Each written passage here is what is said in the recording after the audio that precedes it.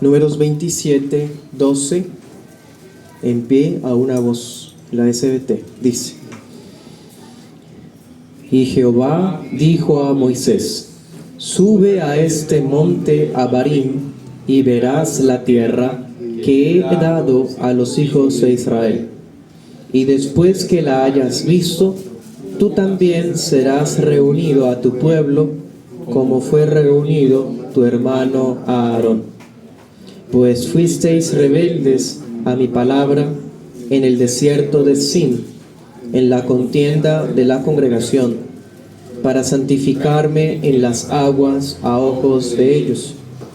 Estas son las aguas de Meriba, en Cades, en el desierto de Sin.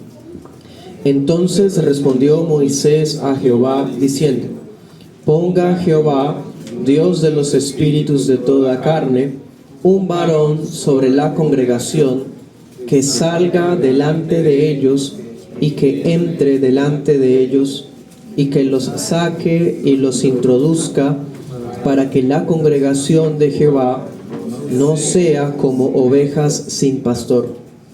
Y Jehová dijo a Moisés: Toma a Josué, hijo de Nun, varón en el cual hay espíritu, y pondrás tu mano sobre él, y lo pondrás delante del sacerdote Eleazar, y delante de toda la congregación, y le darás órdenes en presencia de ellos, y pondrás de tu dignidad sobre él, para que toda la congregación de los hijos de Israel lo obedezca.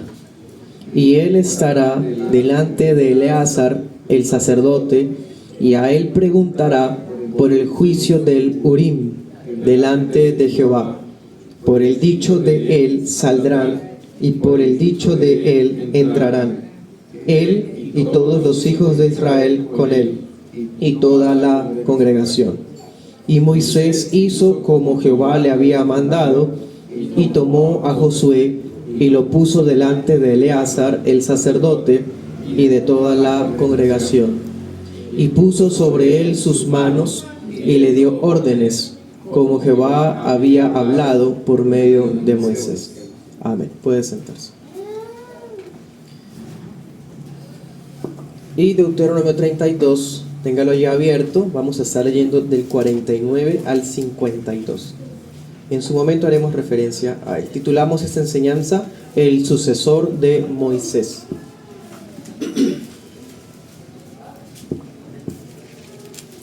El sucesor de Moisés. Una vez se hizo el censo de la nueva generación de israelitas. Yahvé ordenó a Moisés que subiera al monte Abarim. Desde allá Moisés vería, contemplaría la tierra prometida, nada más, porque él no iba a entrar. Entonces en este capítulo vemos esta orden que le da el Señor, y una de las últimas peticiones que hace Moisés, si no la última.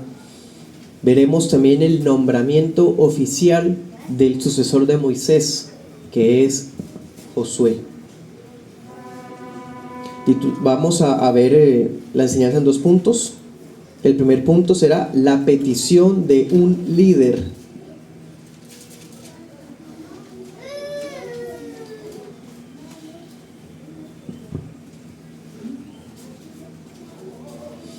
Y el segundo punto será las aplicaciones prácticas del texto. Bien, ya hicimos lectura del pasaje de Números. Vamos, primer punto, la petición de un líder. Estaremos abarcando por ahora versículos 13 al 14 de Números. Y Deuteronomio 32, 49.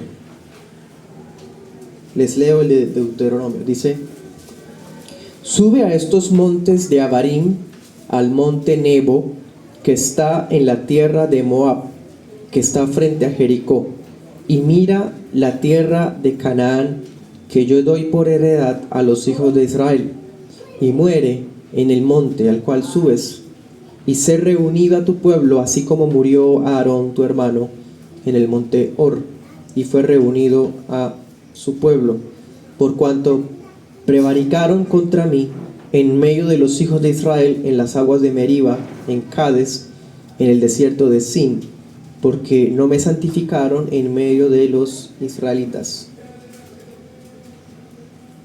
Amén. El Señor le dice a Moisés, le confirma, le reitera que él no va a entrar a la tierra prometida.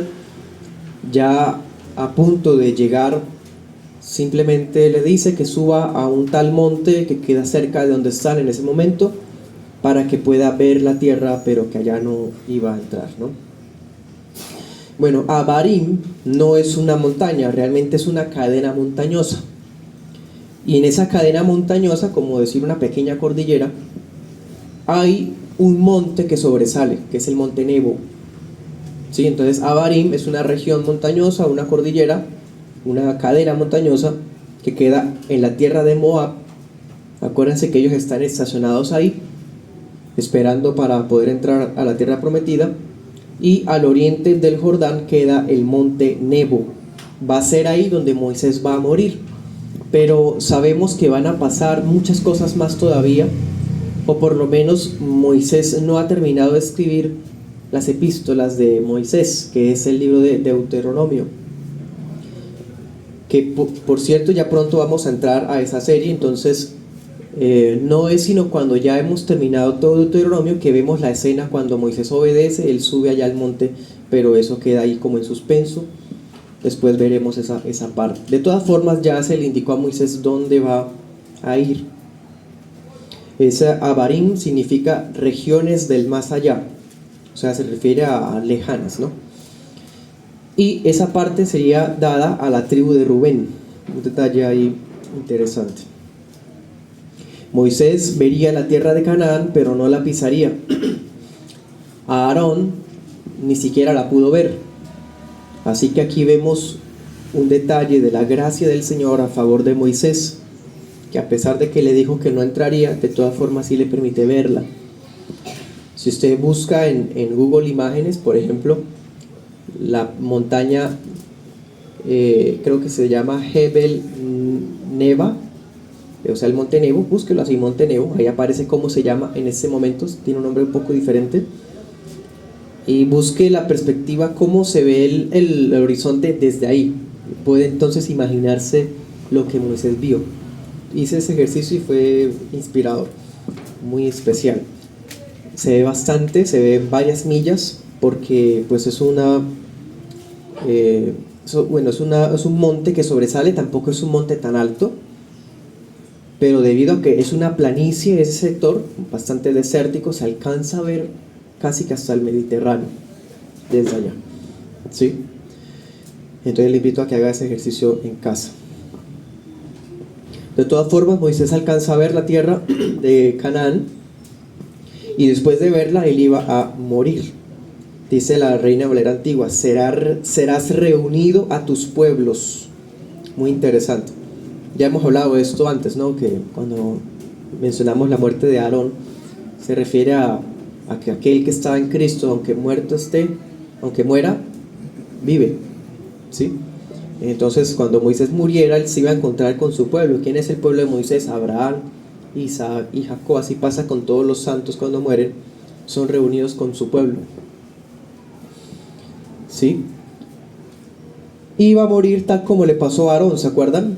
La diferencia fue que con Aarón Moisés lo acompañó, fue con Eleazar, porque Moisés le podía quitar las ropas sagradas a Aarón y se las iba a vestir a Eleazar para que lo reemplazara a su hijo, a su papá Aarón. Pero esta vez Moisés iba a subir solo. Un poco más, eso le da un poco más de melancolía a la escena cuando la leamos. Así murió Aarón, ¿se acuerdan? Números 20-23 está esa escena que ya la estudiamos. Luego el Señor le recuerda cuál es la razón por la que no le permite entrar a la tierra prometida. Le dice: es que ustedes dos fueron rebeldes contra mi mandato. Muy fuertes esas palabras, hermano, muy fuertes. Recordemos que el que está escribiendo esto es el mismo Moisés, con su pluma, con sus manos, inspirado por el Espíritu. Y él mismo confiesa ahí escribiendo eso, que fue rebelde contra el Señor. De hecho, en Deuteronomio 32:51 vi otras versiones, otras traducciones y son muy fuertes. Por ejemplo, en la 2015 dice: ustedes actuaron contra mí.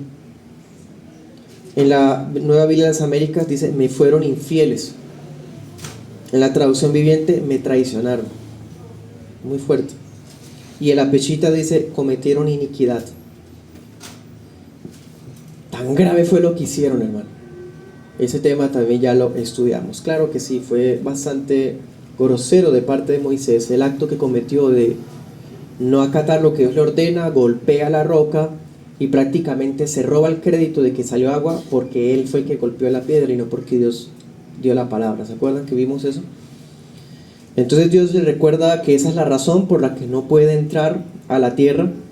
Eso fue en el desierto de Sin, un desierto en donde el pueblo de Israel pecó varias veces al punto de que Moisés explota, ¿sí? No hay excusa, pero pues de todas formas no podemos ocultar que sí fue provocado por esta gente, bueno, la generación que ya murió, gente malvada.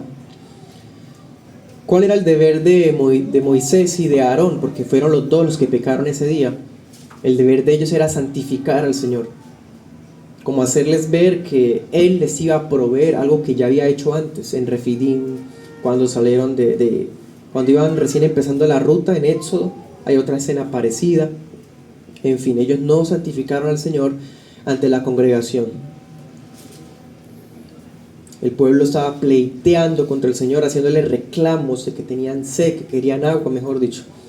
Y ellos no santificaron al Señor, sino que prácticamente se unieron a esa protesta. Por eso ese lugar se le llamó así, las aguas de la rencilla. Y eso queda en el mapa como Meriba de Cades. Meriba de Cades. En fin. Sigamos con números. Números 27, 15 al 17.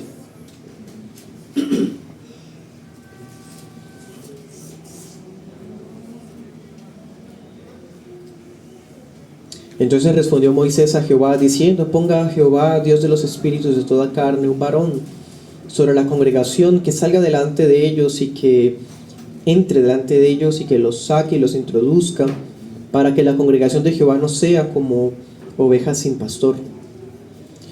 Miren esto, hermano, es muy especial. Le acaban de decir que va a morir. Frente a esta noticia, lo que pide Moisés muestra su corazón regenerado. Le pide al Señor, y mire cómo le dice: Yahvé, el Dios que da aliento a todas las criaturas. Le pide al Señor que ponga sobre la iglesia de Israel a un hombre que lo reemplace en el liderazgo, para que ellos sean liderados por un varón en la conquista de la tierra prometida. Dese cuenta esa petición. Está a punto de morir y lo que pide es a favor de la gente, de su gente, de su grey. Como pastor de la grey, a él le preocupaba muchísimo que los israelitas se quedaran como ovejas sin pastor. Es un corazón pastoral que vemos acá en este hombre.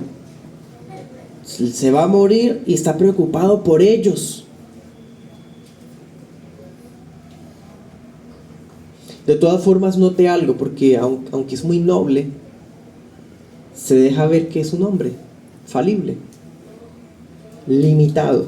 Mire lo que él pide, léalo de nuevo en el 17, dice: que salga delante de ellos y que entre delante de ellos, que los saque, que los introduzca. Bueno, esa expresión es una expresión militar.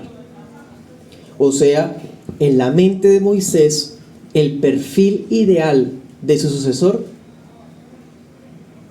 era alguien con cualidades bélicas, una especie de general, alguien que pueda dar batalla en la conquista. O sea, para él le pide al Señor que escoja un hombre y luego insinúa unas características que él piensa que debería tener esa persona. Un príncipe de Judá, por ejemplo, quizás un príncipe de Manasés, que hemos estado viendo que era una tribu piadosa. Pero ¿qué le responde el Señor? Versículos 18 al 19. Dice: Jehová dijo a Moisés: toma a Josué, hijo de Nun, varón en el cual hay espíritu, y pondrás tu mano sobre él, y lo pondrás delante del sacerdote Eleazar y delante de toda la congregación, y le darás órdenes en presencia de ellos. Dese cuenta la respuesta del Señor. La respuesta del Señor demuestra que fue su gracia misma la que puso esa preocupación en el corazón de Moisés. O sea, estamos diciendo, y aquí vemos la dualidad, si me permite, de un corazón dispuesto, un corazón noble, pidiendo algo, pero a la vez vemos que fue Dios el que le puso eso en el corazón a él. O sea, fue la gracia de Dios la que le puso a Moisés esa preocupación. Como diciendo, como pidiendo algo que Dios ya tenía la respuesta antes de pedirla. Como Dios ya había provisto a alguien y por eso motivó que él lo pidiera. ¿Me hago entender? Así es el Señor. Y dése cuenta cómo funcionan las dos cosas a la vez: la soberanía de Dios y la libertad del hombre. Moisés está orando de corazón, pero es Dios el que está inspirando esa oración. Y no hay una anulación de la voluntad humana o algo así. La respuesta del Señor, ¿cuál es? Toma a Josué. A Josué. Nosotros sabemos que Josué tiene varias cualidades. Hasta ahora lo hemos visto. Bueno, son pocas veces que lo hemos visto, pero las pocas veces hemos visto cualidades en él. Una de ellas, Josué tiene experiencia militar. Pero a pesar de esa cualidad, había una calificación que era más que suficiente a los ojos de Dios para que Josué ocupara el cargo. Vuélvalo a leer. Versículo 18. Mira la respuesta de Dios. Toma a Josué, hijo de Nun, varón en el cual hay espíritu. Moisés tiene en mente cualidades: un hombre líder innato, quizás carismático, estratega, poderoso, valiente, que vaya al frente, que los saque como un general. Moisés tiene en su corazón humano por allá algunas ideas de cómo le gustaría que fuese ese sucesor, pero Dios ve otras cualidades. Hay otra cualidad que es la más importante. Dice la Nueva Biblia de las Américas: era un hombre en quien está el Espíritu Santo. Esa era la cualificación que Josué tenía. La Reina Valera 2020 dice: un hombre dotado de espíritu. Esa era la cualidad suficiente para estar en ese cargo. No se pretende un líder estratega carismático, no, alguien que tenga el Espíritu Santo. Conste, dice, en quien está el Espíritu. Moisés no va a poner manos para que Josué reciba el Espíritu, no, ya estaba en él. Por eso esto demuestra lo que acabo de decir. Dios coloca una petición que ya había resuelto antes de que se la hicieran. Ya Josué tenía el Espíritu Santo antes. Bueno, sigamos leyendo. Versículos, bueno, ya leamos el 20. Dice: y pondrás de tu dignidad sobre él, para que toda la congregación de los hijos de Israel lo obedezca. ¿Cuál era entonces el proceso? Ya estaba la persona escogida de antemano. Entonces Moisés debía presentarlo delante de Eleazar. Eleazar es muy importante porque literalmente Eleazar es el líder de toda la iglesia, porque él es el sumo sacerdote. Entonces Moisés presentaría a Josué delante de Eleazar y de toda la congregación. Esto incluye especialmente a los príncipes de las tribus, a los ancianos.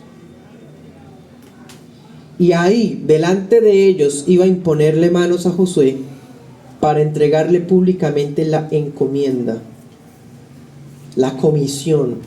Dice la Nueva Biblia de las Américas, impártele autoridad de esa manera. ¿Sí? Llama mucho la atención que dice en el versículo 20, pondrás de tu dignidad. O sea, Josué no va a ser otro Moisés, porque de todas formas Moisés sigue siendo único. Acuérdense, no hay otro como Moisés en toda la Biblia hasta que llegó Cristo. ¿Cierto? Entonces, Moisés iba a poner parte de su dignidad sobre Josué. Dice la contemporánea, algunas atribuciones, tus propias atribuciones, como transmitir la autoridad a través de la imposición de manos. ¿Para qué? Para que los israelitas lo obedecieran en un futuro cercano. Entonces cada vez que Josué, versículo 21, y él estará delante de Eleazar, el sacerdote, y a él preguntará por el juicio del Urim delante de Jehová, por el dicho de Eleazar saldrán, perdón, por el dicho de Josué saldrán, y por el dicho de él entrarán, él y todos los hijos de Israel con él y toda la congregación. Cada vez que Josué emprendiera una incursión, él iba a consultar con el Señor. Josué va a tener una relación cercana con Dios. Josué va a ser reconocido como un profeta temprano de Israel, ¿sí? Pero el principal medio de comunicación entre Dios y Josué va a ser Eleazar, el sumo sacerdote. O sea, Dios le va a hablar a Josué por medio de oráculos con el Urim y Tumim. Acuérdense, ese tema ya lo vimos, Éxodo 28:30. Era pues unas piedras que habían en el pectoral con el cual se daban respuestas a preguntas que la gente le hacía al Señor. ¿Cómo funcionaba? No sabemos, no se sabe, pero el único que tenía eso era el sumo sacerdote. En fin. Versículos 22 al 23. Moisés hizo como Jehová le había mandado y tomó a Josué y lo puso delante de Eleazar, el sacerdote, y de toda la congregación, y puso sobre él sus manos y le dio órdenes como había hablado por medio de Moisés. Deuteronomio 32.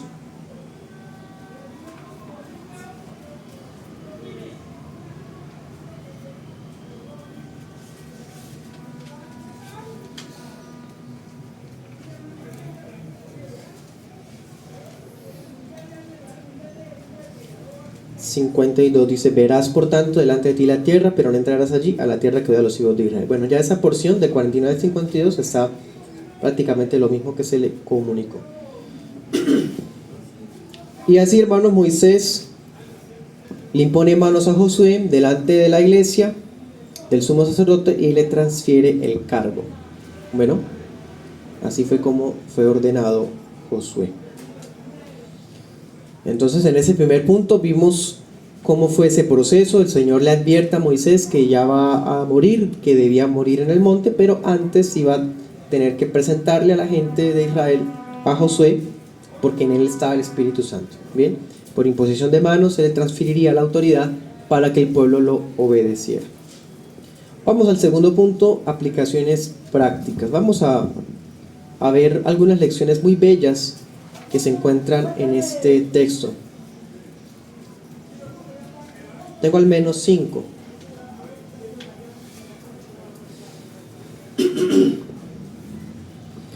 Hermanos, en este capítulo el corazón pastoral de Moisés es quizás la lección más sobresaliente. Se le acaba de decir que su muerte está próxima. ¿Usted qué pediría si le dice que va a morir pronto? ¿Qué le pide al Señor? ¿En qué pensamos nosotros primero? Hermano, primero nuestra familia, ¿sí o no? Pensaríamos en nuestros hijos, en nuestra esposa, pensaríamos, no sé, en dejar en orden las cosas, un testamento quizás. Bueno, alguien más banal pensaría primero en divertirse y hacer cosas así, pero ya sería alguien muy impío, ¿no? El caso es que mira la respuesta de él, ¿no?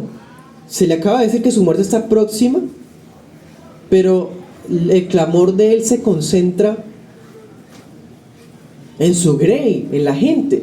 Obviamente en esa grey está incluida su familia, ¿sí? Pero como pastor él está preocupado es por los que están bajo su cuidado. Ese es el corazón de un hijo de Dios, de un pastor bíblico. A mí me recordó eso a segunda de Pedro 1. ¿Recuerdan conmigo? Cuando Pedro dice, Dios, el Señor Jesús me dijo que ya voy a morir y quiero escribirles esto para que repetírselos, en fin, ¿sí? O sea, segunda de Pedro fue escrito parecido aquí a esta escena. Antes de morir Pedro, él escribe la carta.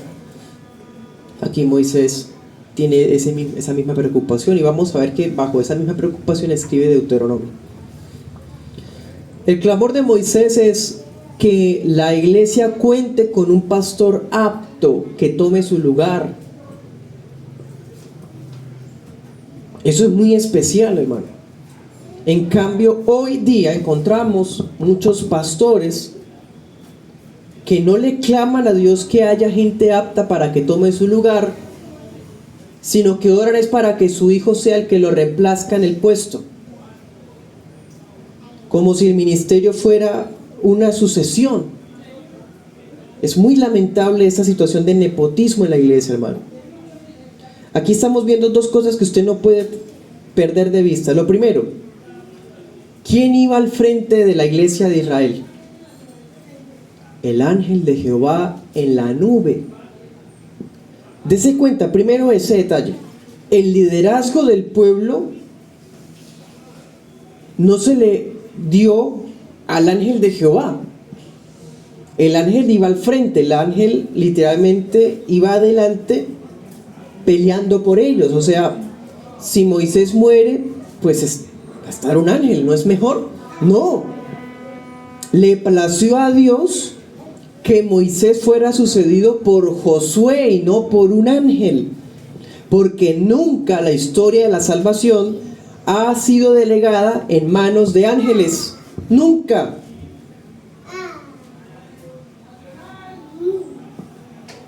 Eso es lo primero que debe llamarnos la atención. Y esa es la primera aplicación que tenemos. Un corazón pastoral que quiera un hombre apto.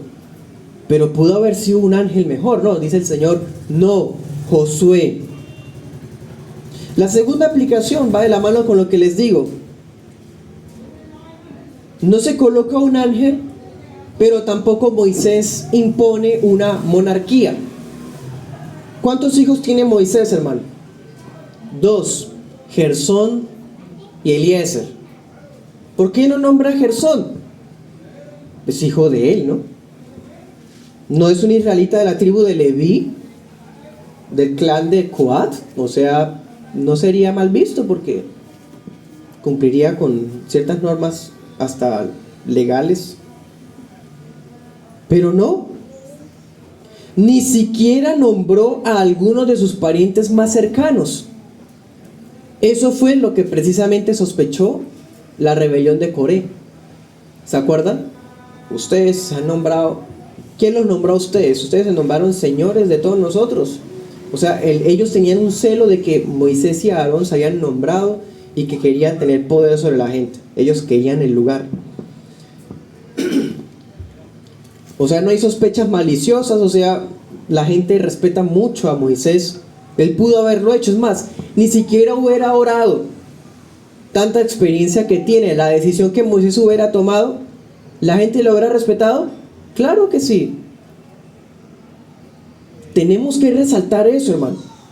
Moisés escoge a cualquiera. Hubiera escogido a, creo que se llamaba Naasón, el príncipe de la tribu de Judá. Si lo escogen a él, la gente feliz porque lo escogió Moisés, no pasa nada.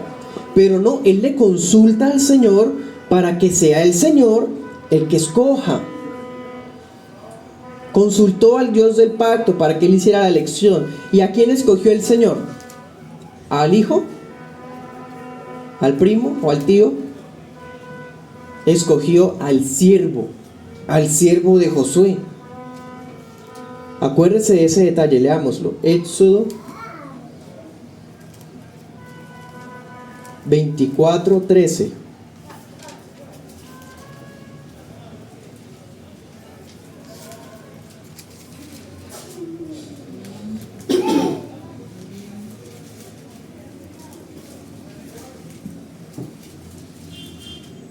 Dice, y se levantó Moisés y Josué su servidor. Un servidor, hermano. Haga de cuenta, diríamos hoy, un aguatero, el del agua, el que lleva el agua en los partidos de fútbol. Un servidor, un criado, un ayudante.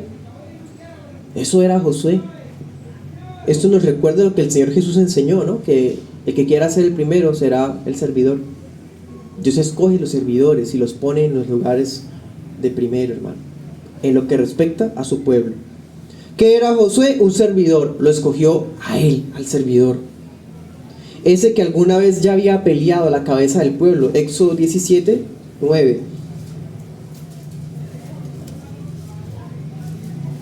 Dijo Moisés a Josué, y ahí está la primera vez que aparece Josué. Versículo 10. E hizo Josué como le dijo Moisés. Versículo 13.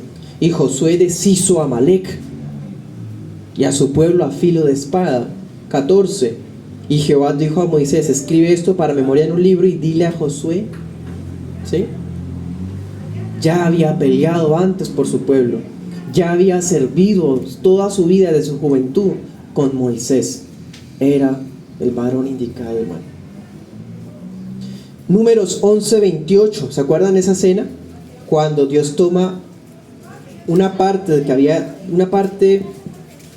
porción del espíritu que había en Moisés y lo reparte entre 70 ancianos. Y Josué tiene celos y dice, Señora, ya están profetizando algunos hombres. Y le dice Moisés a Josué, ¿me estás celando? Quisiera yo que todos fueran profetas. Ese varón celoso de la palabra, celoso del Señor, hermano, tiene cualidades de un hombre piadoso. Había celado con lealtad que el espíritu que había en Moisés fuera dado a otros. No se había dado cuenta que a él también se le dio. ¿A quién eligió el Señor entonces, hermano? No digo que en muchos casos ocurra que un hijo pueda ser también llamado al pastorado, por ejemplo. Estoy leyendo actualmente, les cuento, unas biografías de algunos padres bautistas y entre ellos está Benjamin Cox. Él era hijo de William Cox, que era sacerdote anglicano, un pastor de una iglesia en Inglaterra. Y el hijo de Benjamin Cox fue pastor de una iglesia bautista en Londres. El hijo de Benjamin Cox fue Nehemiah Cox, pastor de una iglesia bautista en Londres. 3 generaciones de pastores. Qué lindo. Pero no siempre es así. Ustedes y yo sabemos que hay contextos, especialmente en el pentecostalismo, donde pastores le heredan el cargo a sus hijos. Y son hijos que hasta toda la iglesia sabe que son incompetentes, que ni testimonio tienen, y mucho menos formación bíblica. Aquí eso no pasa, hermano. Ese sistema corrupto, inmoral, no se ve en las Escrituras. Bueno, tercera aplicación. No hay capacidades especiales en la gente. Sí, Josué tiene cualidades, tiene detalles de piedad muy sobresalientes, pero no son esa la razón por la que Josué fue escogido. No hay parentescos especiales para obtener éxito en el ministerio. Le pregunto, ¿qué es lo que se requiere, hermano? Le pregunto a usted, ¿qué es lo que se requiere para que un ministerio tenga éxito? Para que una iglesia, y no piense en éxito como sinónimo de crecimiento numérico, sino éxito de respaldo del Señor. ¿Qué es lo que se requiere? Según esto, el respaldo del Espíritu Santo, no más. Eso es lo único, que la persona sea regenerada, que cuente con el favor de Dios, que conozca a Cristo, que el Espíritu Santo esté en su obrar. Los puestos en la iglesia no se heredan, no se reparten a preferencias, ni porque hay vacante en gran necesidad, entonces nombramos al que más da o al que tiene más forma de ser así bonita, que hasta habla bonito en público. No, o peor, como hace también el pentecostalismo, el que sabe cantar. Y el que sabe cantar termina siendo pastor.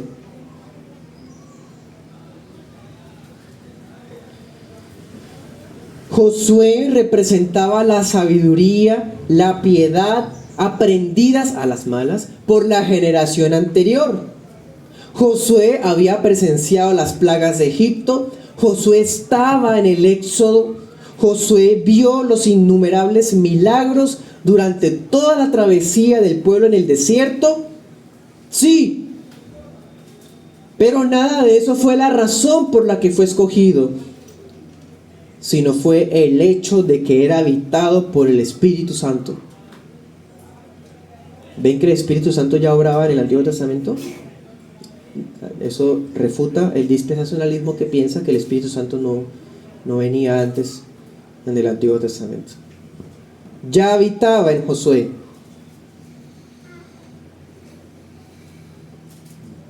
Entonces, ¿para qué sirvió la imposición de manos? Como nos estamos dando cuenta, la imposición de manos no fue para que Moisés le transfiriera espíritu a Josué, porque ya estaba en Josué. La imposición de manos entonces fue como una solemnidad, un ritual público, algo simbólico para que la gente lo testificara, como una manera de simbolizar que su puesto era legítimo y que tenía credibilidad ante la gente.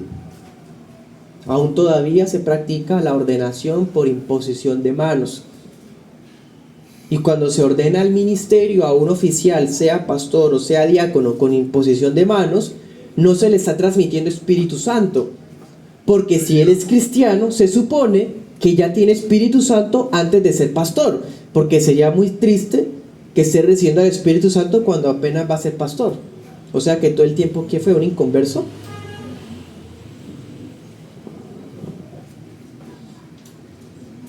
Eso ya se había visto antes, Números 8:10. La gente impuso manos sobre los levitas para que pudieran ser ordenados. Cuarta aplicación, y hermanos, la más importante. En este capítulo está Cristo. Mateo 9:36.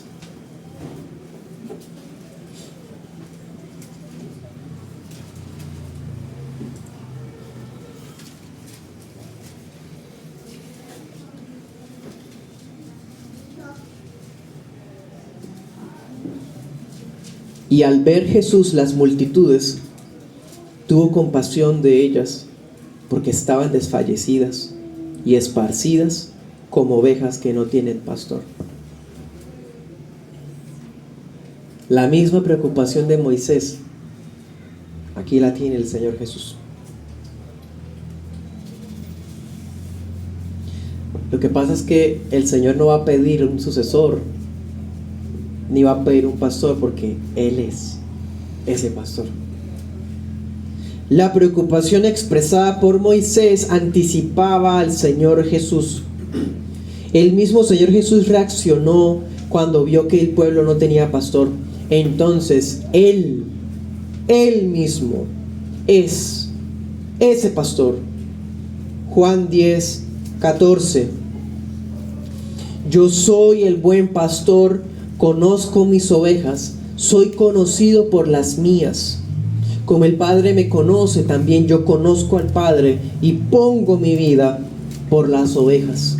También tengo otras ovejas que no son de este redil, también a ellas debo traer, y oirán mi voz, y habrá un rebaño y un pastor. Él es el pastor. Allá en Números hay un anticipo limitado, defectuoso, porque de todas formas Josué era un pecador, así como pecador era Moisés.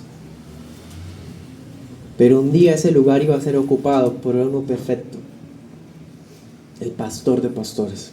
Cito a Agustín de Hipona, abro comillas.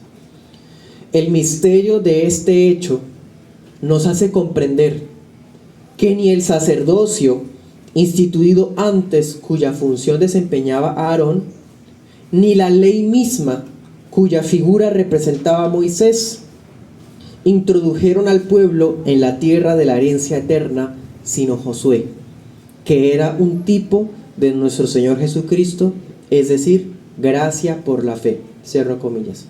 Perfecto, hermano. Aarón no pudo entrar, el sacerdote. Moisés no puede entrar, la ley. El que va a entrar es Josué, porque no es por obras, sino por medio de la fe en el Señor Jesús. Impresionante. Quinta aplicación y terminamos. Cuando el Señor Jesús vino al mundo, no vino en espíritu, tomó nuestra naturaleza humana para poder liderarnos a nosotros.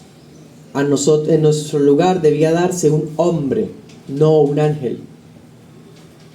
Él tomó nuestra naturaleza humana para liderar a su iglesia. Pero le dijo a los apóstoles que debía irse otra vez. Volvería, pero debía irse por un tiempo. Iba a regresar a su lugar, a la presencia del Padre. Pero les dijo que no los iba a dejar solos. No los iba a dejar solos, sino que nos dejó otro consolador, uno tan grande y divino como Él mismo. No oró por un sucesor, no nos dejó a un papa, ni a un profeta, ni a un general. Nos dio al Espíritu Santo. No tenemos a Josué, hermano, tenemos al Espíritu Santo. No tenemos a Moisés, tenemos a Cristo a la diestra del Padre. Oremos al Señor. Oremos.